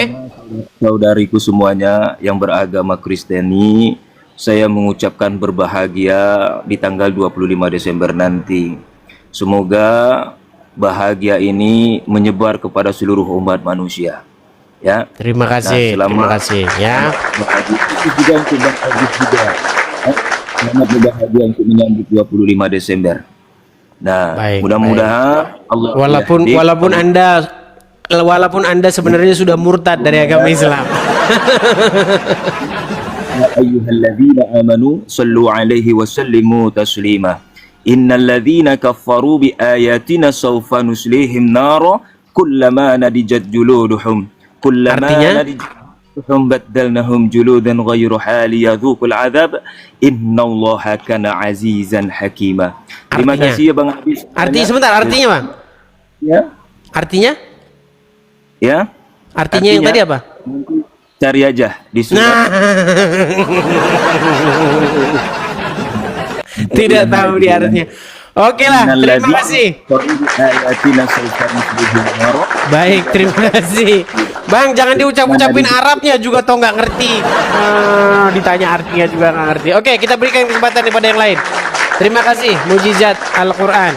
Ya, tidak-tidaknya Anda Muslim yang inilah, yang tidak menjalankan agama Islam. Kalau Anda menjalankan agama Islam, pasti Anda tidak mungkin seperti tadi. Ya. Nah, itu tadi teman-teman telah membuat perdebatan antara Nandar dengan Zuma. Nah, sekarang Nandar dengan Zuma itu bertikai. Bertikai apa Bang Edis, Ustadz Edis? Nandar dengan Zuma mereka bertikai masalah hari mualaf 25 Desember. Si Nandar tumben otaknya agak waras dikit, biasanya dia nggak waras. Nah, dia bilang begini, saya tidak setuju bahwasanya tanggal 25 Desember dijadikan hari mualaf. Sementara Zuma dan kawan-kawan bersikeras 25 Desember dijadikan hari mualaf. Nah, kita nonton saja mereka debat. Jadi sekarang udah ada kubu Nandar, kubu Zuma ya. Nandar kongsi dengan Rifa dan kawan-kawan, si Zuma dengan APII-nya. Mereka bertikai ya sekarang ya. Oke, kita lanjutkan ya. Nggak berani sama Donditan. Bilangin sama Dondi, ditantang debat atau diskusi. Mau di tempat dia boleh, di tempat saya boleh. Ayo, mau bahas apa? Ya. Ayo silakan. Yang bilang-bilang saya penghujat, yang bilang-bilang saya mengatakan tidak benar tentang agama Islam, naik ke sini. Ya. Ini forum diskusi lintas agama. Silahkan naik kemari, kita ngobrol-ngobrol santai di sini ya. Yang masih aja dia muter-muter dia. Oke, The Rock Muslim, silahkan nyalakan kamera Anda. Ya. Ya, Adis. Silahkan. Apa yang mau Anda sampaikan nih, The Rock Muslim, atas tema kita pagi hari ini? Ada 1001 alasan bahwa Islam itu wajib ditinggalkan. Nah, silakan. Tapi aku sedikit menarik ini penampilan Anda hari ini. Kenapa? Begitu bangganya Anda memakai atribut Muslim. Masya Atribut Allah. Muslim. Sebentar. Halo. Ini apa namanya ini? Peci putih. Oke, dari mana asal usul peci putih nih? Gak tahu, penting atribut Muslim. Atribut Muslim. Aku paham ini Atribut masuk Muslim. Aku paham. Ini. Pakai salib ada nggak dalilnya di Bibel? Nggak ada. Malu aku pakai. Nggak apa-apa, pakai nggak apa-apa, pakai juga nggak Malu apa-apa. kalau aku Muslim malu aku. Tapi Anda Oten nggak malu pakai peci putih? Sejak kapan kalau pakai peci begini? Maka oke gini aja. Mana dalilnya di dalam Al-Quran dan hadis bahwa ini atribut Muslim? Oke. Aku ulangi sekali lagi. Berarti Anda fokus. Sebentar. Anda fokus. Tenang. Aku jawab dulu. Sebentar. Sebelum kemana-mana, saya tanya dulu. Sejak kapan bahwasanya atribut seperti ini itu sudah diklaim oleh orang Muslim sebagai atribut Islam?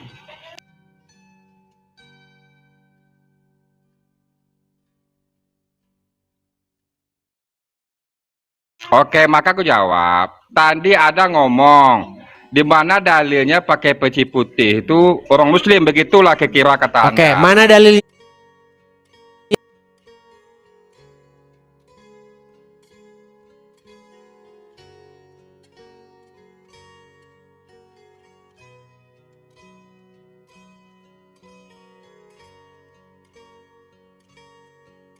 Pakai peci itu tidak ada dalilnya dalam Al-Quran. Pakai salib tidak ada juga dalilnya di Bibel. Tapi itu atribut masing-masing. Semua orang tahu lah gitu. Oke, pertanyaan saya sejak kapan ini atribut Muslim? Ya nggak tahu. Kita logika deh. Ya nggak tahu. Kok tanya saya? Logika. Ya nggak tahu. Kok tanya saya? Bentar. Ya udah di bawah sana. Bentar. Di bawah sana.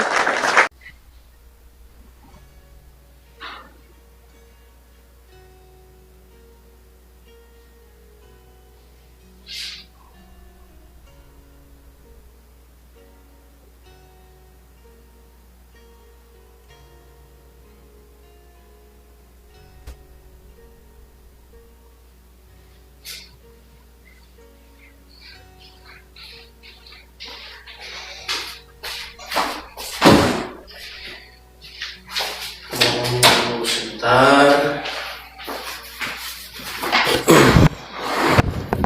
Cek.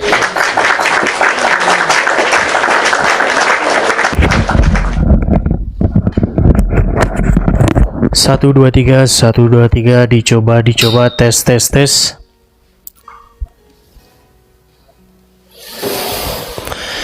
Apakah suara saya terdengar dengan baik dan jelas? Ya, semoga suara saya terdengar dengan baik dan jelas ya. Saya balikan dulu kamera saya.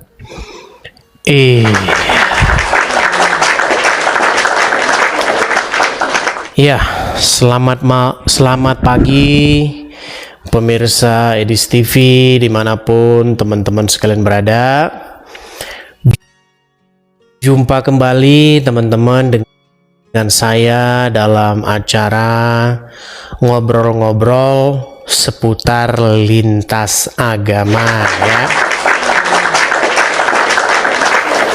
Nah, ini Bang Haji. Bang Haji. Bang Haji, kenapa muda lagi Bang Haji? Bang Haji.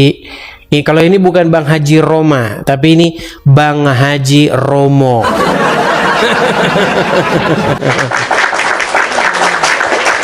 Aduh. Ya, teman-teman sekalian, jumpa kembali bersama dengan saya dalam acara diskusi lintas agama ya, dimana saya seumpama seperti menjadi seorang ustadz ini, ustadz yang telah bertaubat, yang telah bertaubat. Karena apa? Karena saya mengetahui bahwasanya agama Islam itu memang salah. Loh, salahnya di mana Ustadz? Ya, salahnya. Makanya inilah yang kita diskusikan ya. Makanya enak forumnya itu di sini, ini enak forumnya ya. Jadi kepada teman-teman mungkin yang biasa kalau kalian nongkrong ya di warung kopi, biasa kalian nongkrong di warteg begitu, nongkrongnya di Edis TV. Kenapa nongkrongnya di Edis TV? Karena nongkrong di Edis TV ini seru. Kenapa seru? Karena selalu ada obrolan-obrolan seputar lintas agama yang cetar membahana. Ya, yuk silahkan ya, saya mengundang kaum muslimin wal muslimat ya, supaya kalian bertaubat daripada kesesatan yang nyata. Oke. Ini forum diskusi, bukan forum caci maki. Ini forum debat, bukan forum saling hujat. Oke, itu ya, itu slogan Edis TV. Oke, tanpa berlama-lama lagi, kita akan naikkan satu muslim ya. Oke, kita kasih naik Adam. Oke, sebelum kita lanjutkan kembali teman-teman, sekali lagi pemirsa Edis TV dimanapun teman-teman sekalian berada, sehubungan dan berhubungan bulan Desember ini sudah mau habis teman-teman. Seperti yang saya bilang kemarin-kemarin teman-teman, masih ada sedikit kekurangan yang perlu kita bereskan di rumah apologet kita ini teman-teman. Jadi saya masih membuka teman-teman, jikalau teman-teman tergerak hati ingin mensupport, teman-teman ingin membantu, ada beberapa hal yang masih belum kita selesaikan di rumah apologet ini, teman-teman bisa memberikan kado Natalnya, teman-teman bisa memberikan kolekte persembahan untuk rumah apologet kita bersama-sama ini teman-teman, yang belum selesai teman-teman ya, masih ada sedikit yang perlu kita bereskan.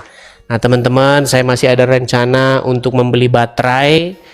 Jadi kalau teman-teman ingin ikut berpartisipasi mensupport pemasangan baterai dan lain-lain, teman-teman bisa support di situ ya. Silakan teman-teman tangkap layarnya. Cara supportnya gimana? Cara supportnya teman-teman kalau punya internet banking tinggal di situ saja ya, nomor rekeningnya ada di depan situ, atas namanya Edi Sidabutar. Bagi teman-teman yang nonton di YouTube, itu di YouTube tuh ada tulisan berjalan tuh ya, ada running text namanya, tulisan berjalan.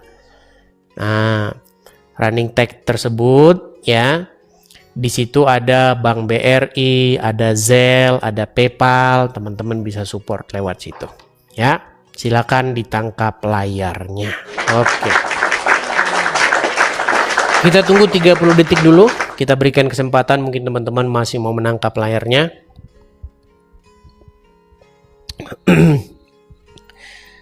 Natalan sebentar lagi, tirit-tirit. Juma dan Nandar sudah berbaku hantam. Iya, Natal sebentar lagi, Juma dan Nandar sudah baku hantam. Oke. Oke, kita lanjutkan ya teman-teman ya. Banyak yang bilang bahwasanya saya katanya menghujat. Banyak yang bilang katanya saya ini mengada-ada. Kita berikan mereka kesempatan naik kemari dan berdiskusi dengan Bapak Ustadz atau Bang Ustadz Edi Steve. Ya. Oke, kita kasih naik ada sebentar ya.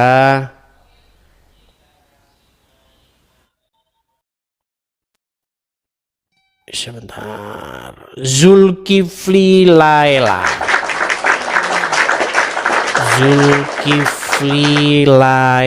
Mana tadi Zulkifli Laila ya? Oke, Zulkifli Laila kayaknya dia sudah pergi. Kita kasih naik ada Iwi Chan. Iwi Chan. Halo, selamat pagi Iwi Chan. Suara-suara TV bisa dikecilkan dulu. Naik. Tunggu. Coba suara TV-nya dikecilkan dulu karena masuk ke sini suaranya. Oke. Ya ampun Bang Edis, saya baru yang Bang Edis. Putus-putus Iwi Chan. Saya mau tanya dulu Iwi Chan. Apakah Anda ini seorang muslim? Oke, Bang Edis. Bukan. Iwi Chan bisa duduk dulu tenang Saya supaya Kristiani, sinyalnya Bang Edis. bagus. Bisa Bang Sinyalnya Edis. jelek ya teman-teman ya. Oke, saya turunkan dulu, mohon maaf ya teman-teman. Sekali lagi saya umumkan, kalau teman-teman mau naik ke sini, teman-teman sediakan dulu waktu dan tempat kalian. Jangan naik terus Anda jalan ke sini ke sana. Kemudian teman-teman juga pastikan lingkungan sekitar itu aman terkendali. Tidak ada motor, tidak ada TV, tidak ada suara tangis, suara apa gitu. Supaya diskusi kita enak ya. Seperti itu. Yuk silakan ya. Kita ngobrol-ngobrol. Anggap saja ini warung kopi. Warung kopi punyanya Ustadz Edis. Nah ya. Karena tahun 2026 kita jadi ustadz ya, jadi Ustadz Edis begitu.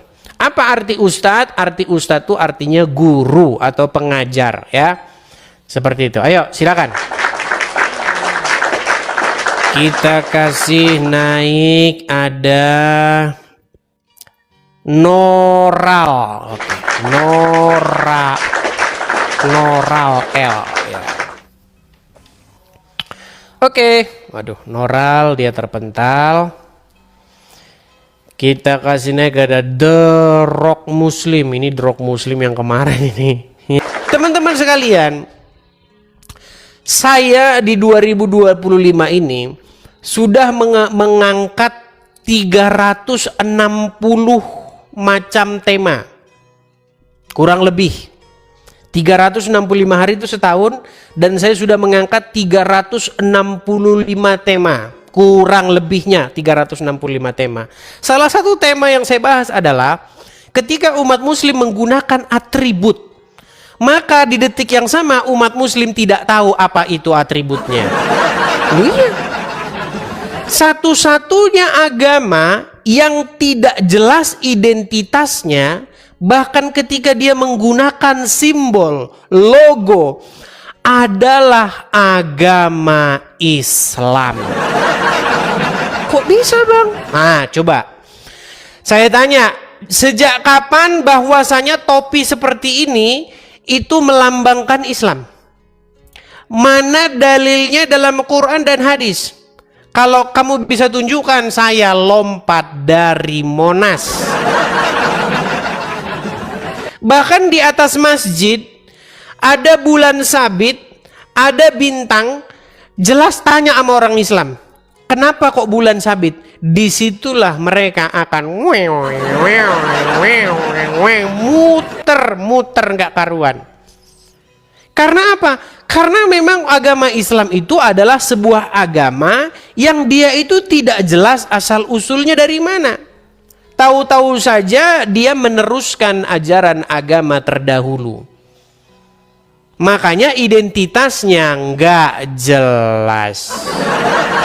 Loh, kalau tidak percaya naik kemari. Ayo silakan, kita diskusi. Iya. Kita kasih naik ke dapur. Dia sudah malu menjadi umat Islam. Bang, kenapa Anda menjelek-jelekan Islam? Sebentar, gini. Ya. Pertama, saya mau tanya dulu, Bang. Kenapa Anda seperti itu? Kenapa Anda malu dilihat orang kalau Anda jadi orang Islam? Ya nggak malu lah. Ya sudah, buka dulu. Saya sungkan. Ya, coba buka. Saya nggak mau buka. Nah, di bawah saja ya. Islam kan agama Di bawah paling saja, benar. di bawah saja, di bawah saja. Teman-teman sekalian, ingat, ini warung kopi debat agama. Warung kopi diskusi agama antara terutama Islam dan Kristen. Mungkin nanti di 2026 kita bikin warung kopi debat agama begini, mengundang agama-agama lain ikut juga berdebat, kita diskusi di sini ya. Ingat ya, berdebat bukan ajang saling hujat. Kalau ada muslim yang naik ke sini bilang katanya saya menghujat agama Islam, saya memberikan kesempatan selama 1000 tahun. Kalau ada umat muslim yang bisa membuktikan bahwasanya saya menghujat, memfitnah Muhammad, saya Edis TV berjanji akan lompat dari Monas.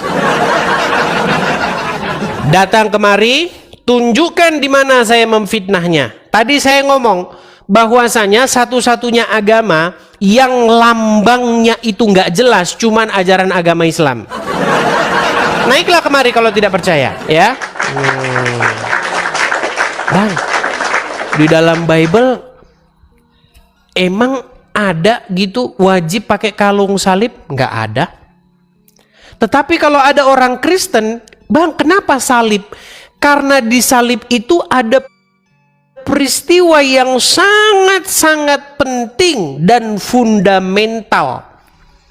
Bahwa di dalam peristiwa penyaliban tersebut, Sang Mesias, Yesus kita, itu telah taat sampai mati. Dia tidak berbuat dosa, dia tidak melakukan perlawanan, dia tidak melakukan sesuatu pun yang bercacat celah sampai pada matinya. Jadi salib itu adalah lambang ketaatan. Nah, jadi ketika orang Kristen pakai salib, orang Kristen bisa menjelaskan. Ketika orang Muslim pakai bulan dan sabit, disitulah orang Islam pusing 7 keliling. Nggak percaya? Naik kemari, ayo kita ngobrol. Ya, kita kasih naik, ada Adi aja.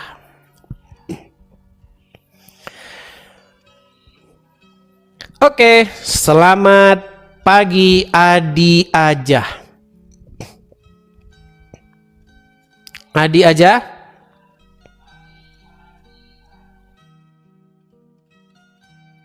Macet. Oke, baik, kita turunkan ya. Teman-teman, kalau mau naik pastikan sinyal kalian kuat ya. Oke, kita kasih naik, ada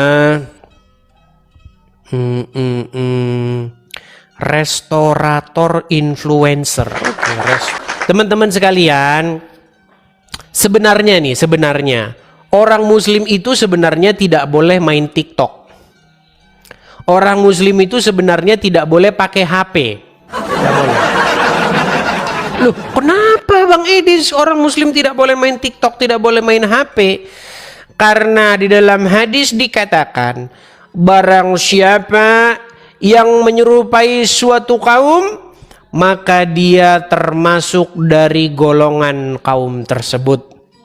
Nah, ketika para ulama ya, Abdul Somad dan kawan-kawan mengetahui bahwa hadis ini bermasalah, maka mereka harus melakukan polesan.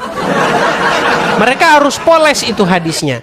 Kalau tidak poles, kalau tidak dipoles, kalau tidak diedit, hadis ini berbahaya. Karena ketika umat muslim mainan HP, mainan TikTok, umat muslim akan seperti orang tapir. Maka harus dipoles hadis tersebut dengan kata-kata dalam urusan agama. Iya, karena kalau tidak begitu nanti umat muslim akan ketinggalan zaman. Jadi teman-teman, setiap statement Muhammad itu selalu menjadi masalah. Ya. Makanya oleh umat muslim statement Muhammad itu harus diedit, gitu ya. Kalau nggak diedit berbahaya. Oke, kita kasih naik, ada Ananda Fatimah.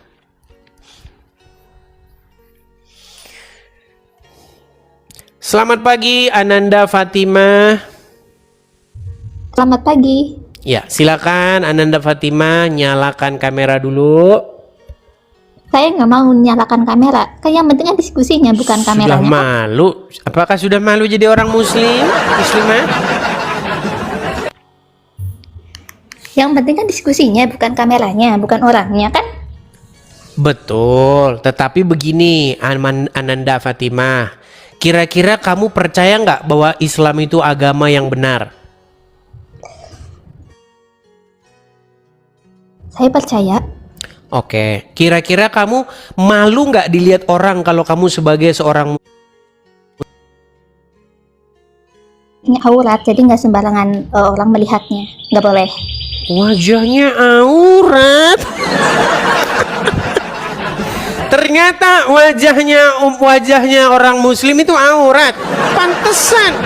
Pantesan teman-teman.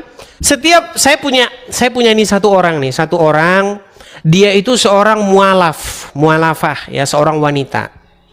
Tiap hari dia mualaf ya. Tadinya dia dari Kristen, walaupun Kristennya juga dulu nggak pernah ke gereja. Gini. Tiap hari postingannya, tahu nggak postingannya? Apakah Anda sudah menutup aurat hari ini? Besok posting lagi. Belajar menutup aurat. Ternyata teman-teman, hijrah itu hanyalah sebatas aurat.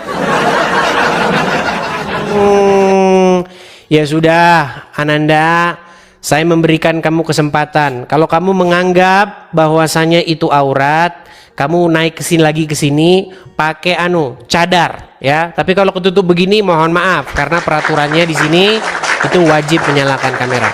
Pakai cadarmu, naik lagi kemari. Ya. Teman-teman, jangan malu kalau kamu jadi orang Islam. Kalau kamu masih bangga jadi orang Islam, naik kemari. Kalau kamu sudah malu, jangan tunda-tunda untuk meninggalkannya. Ya. Ayo, silakan. Kita kasih naik, ada Fahmi. Ya, Fahmi.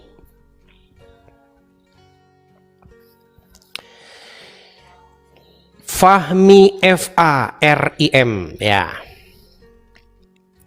Selamat pagi saudara Fahmi. Ya, selamat. Fahmi, Anda di mana ini? Kenapa gelap-gelap? Oke, ya. Fahmi, saya mau tanya dulu kepada Anda ini, apakah Anda ini seorang muslim? Fahmi, saya mau tanya dulu kepada Anda ini, apakah Waduh, kenapa ini dengan perangkatmu ini? Pak Edis. Fahmi, coba bagusin dulu sinyalmu ya. Pak Edis. Ya, bagusin dulu sinyalmu, nanti naik lagi. Ya, karena sinyalmu itu jelek. Bagaimana Pak Edis?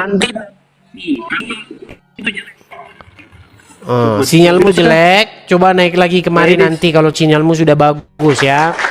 sekali lagi teman-teman saya infokan, ini adalah warung kopi diskusi lintas agama atau debat lintas agama. Diskusi bukan ajang caci maki, berdebat bukan ajang saling hujat. Jadi saya berikan kesempatan kepada yang muslim-muslim untuk naik berdiskusi dan berdebat. Dilarang mencaci maki dan juga dilarang menghujat. Silakan, saya berikan kesempatan. Tema kita adalah bahwa ada 1001 alasan bahwa Islam itu wajib ditinggalkan. Ada 1001 alasannya. Silakan muslim naik kemari. Oke, kita kasih naik ada. Bentar ya. Rotua Afriani Manulang.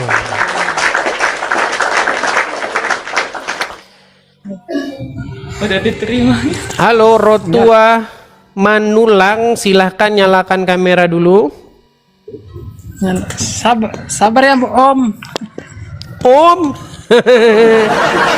Baik, silakan.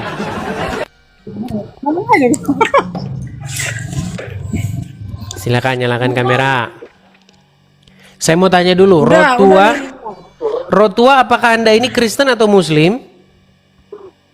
Kristen. Oke, nampaknya Anda salah alamat ya.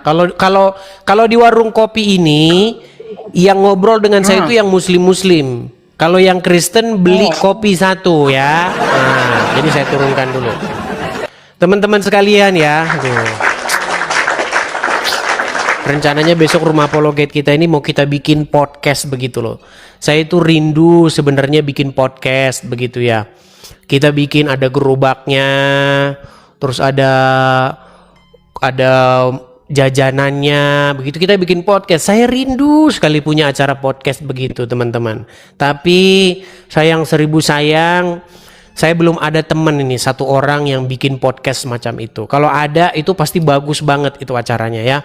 Ada kameramennya, ada gerobaknya. Ya kita bikin seperti acara-acara TV gitu. Ya, yang kita bahas agama Islam seperti itu. Karena yang orang Kristen yang biasanya dibahas begitu. Segantian kita bahas Islamnya gitu. Silakan yang mau datang ke sini merapat, teman-teman, kita bisa bikin acara seperti itu. Tapi itu program nanti di 2026 ya, teman-teman ya. Cuman saya belum ketemu.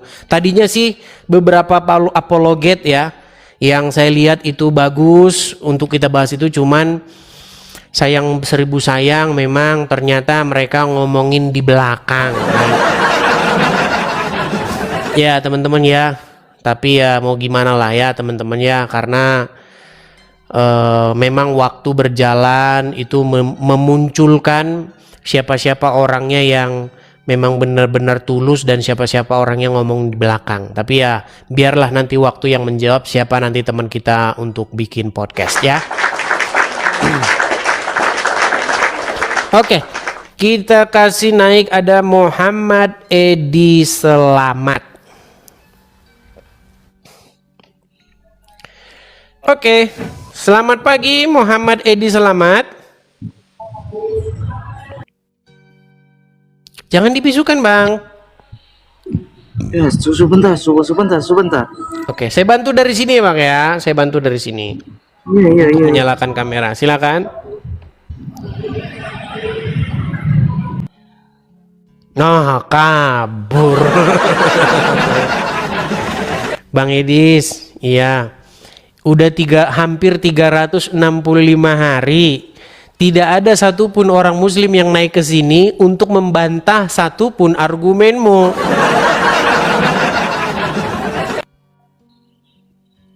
Silahkan yuk. Di hadapan nih ada 5.000 orang nih. Ayo coba satu orang muslim bantah apa yang saya pernah kemukakan. Ayo silakan. Kita kasih naik ada Abu Nawas. Sekali lagi ya teman-teman ya, pemirsa Edis TV dimanapun teman-teman sekalian berada, terutama saudara-saudaraku dalam Tuhan Yesus ya teman-teman ya. Menjelang hari Natal dan penutup tahun baru ini 2025 Desember ini sudah hampir habis. Seperti yang saya bilang kepada teman-teman sekalian, bahwasanya kolektor rumah apologet kita itu akan segera kita tutup. Nah, teman-teman sekalian, masih ada beberapa yang belum kita selesaikan pembiayaannya. Salah satunya itu adalah saya berharap teman-teman, saya itu pengen pasang baterai.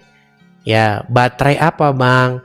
Jadi teman-teman, di sini itu teman-teman, kita itu punya yang namanya solar panel. Kalau teman-teman dari Indonesia bagian timur di Papua, teman-teman pasti sudah familiar dengan itu.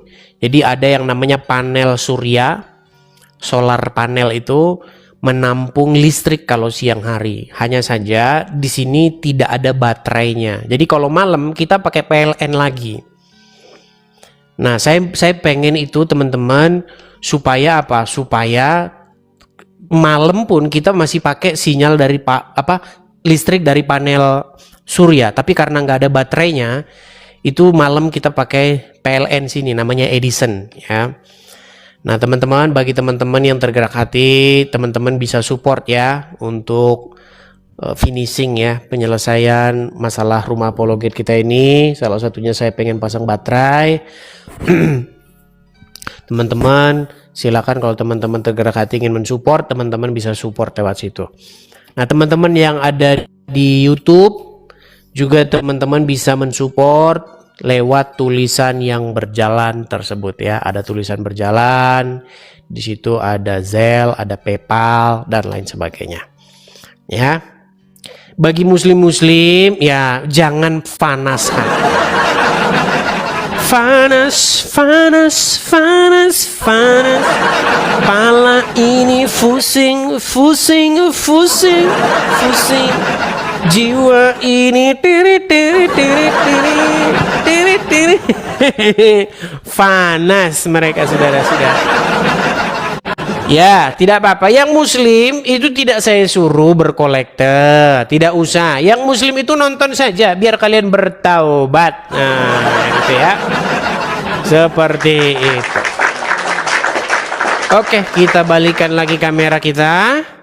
Kita kasih naik, ada sebentar ya. Bang Goto. Waduh Goto. Ya silakan Goto, nyalakan kamera Anda. Itu teman-teman yang sudah sering panjang lebar kita bahas teman-teman. Ya. Seperti itu. Oke, silakan ya. Yang mau diskusi silakan naik kemari. Kalau kalian tidak percaya bahwa inti ajaran agama Islam adalah itu, saya akan memutarkan lagi video ini supaya makin banyak tiap hari orang yang tahu ya. Bahwa ajaran agama Islam itu adalah mengucapkan 2 kalimat syahadat, menjadikan Allah sebagai Tuhan. Maksudnya menganggap Allah zat tertentu. Ya. Karena apa? Karena setelah kalian menjadikan Allah adalah Tuhan, zat tertentu nih. Man qala la ilaha illallah Muhammadur Rasulullah dakhalal jannah. Siapa yang mengucapkan la ilaha illallah Muhammadur Rasulullah dakhalal jannah. Semua umat Muhammad sallallahu alaihi wasallam masuk surga. Nabi yang mengatakan, datang sahabat bertanya, wa in zana, wa in sarak, bagaimana kalau dia berzina? Bagaimana kalau dia mencuri? Kata Nabi, wa in zana, wa in sarak, dia berzina, dia mencuri, tetap masuk surga. Berzina, pencuri, masuk surga. Berzina, mencuri, masuk surga. Ya. Jadi di dalam pikiran orang Islam, membuat sesuatu jadi Tuhan artinya membuat sesuatu jadi zat partikel tertentu. Nah itu maksudnya. Ya, jadi menuhankan Allah itu artinya menganggap Allah jenis-jenisan partikel tertentu. Itu artinya menuhankan Allah ya. Makanya banyak orang tidak tahu definisi menuhankan. Padahal saya sudah sering berkata apa itu menuhankan ya. Oke. Nah teman-teman, sehubungan ini udah jam 12 siang. Mungkin ini sudah waktunya makan siang ya teman-teman ya. Jadi warung kopinya kita tutup sebentar. Mungkin nanti malam kita akan buka lagi warung kopi ya, warung kopi Ustadz Edis TV ya, yang akan menjadi tempat tongkrongan kita untuk diskusi atau berdebat lintas agama. Jadi teman-teman, mungkin saya tidak janji ya, mungkin nanti malam kita akan live kembali seperti biasa ya, antara jam 7 sampai jam 8. Makanya teman-teman jangan lupa follow akun yang asli, karena di luaran sana ada banyak akun-akun palsu ya. Seperti itu. Nah teman-teman, sekali lagi di akhir-akhir acara teman-teman, saya kembali beriklan ya teman-teman ya. Bagi teman-teman yang ingin mensupport acara ini, teman-teman yang senang acara ini terus mengudara, teman-teman bisa support saya melalui yang tertera di layar itu. Silakan teman-teman tangkap layarnya, screenshot layarnya. Nah teman-teman juga yang nonton di YouTube, teman-teman bisa ada lihat tulisan berjalan di situ, ada tulisan berjalan ya, teman-teman bisa support di situ. Ada Zelle, ada PayPal, teman-teman bisa support di situ. Ya, bagi muslim-muslim yang baru pertama kali nonton ini, mungkin hati kalian tuh kaget, mungkin hati kalian tuh merasa ternyuh atau bagaimana. Jangan kaget ya, saya ini mengadakan acara ini sebagai respon saya atas banyaknya orang-orang Islam yang membahas agama Kristen. Seperti Abdul Somad, Ustadz Adi Hidayat, Zakir Naik, Don Ditan. Kalau saya sebutin sampai besok bisa-bisa nggak selesai. Ya, jadi channel ini adalah bentuk respon saya kepada orang-orang Muslim yang sering membahas agama Kristen. Maka di sini saya akan merespon dengan membahas agama Islam. Tetapi saya tidak pernah dalam membahas itu mengeluarkan fitnah kepada Muhammad. Saya tidak pernah mengeluarkan fitnah kepada agama Islam, karena bersaksi dusta tentang sesama manusia itu tidak dibenarkan di dalam ajaran kami, di dalam ajaran Kristen. Ya, tidak boleh mengucapkan saksi dusta.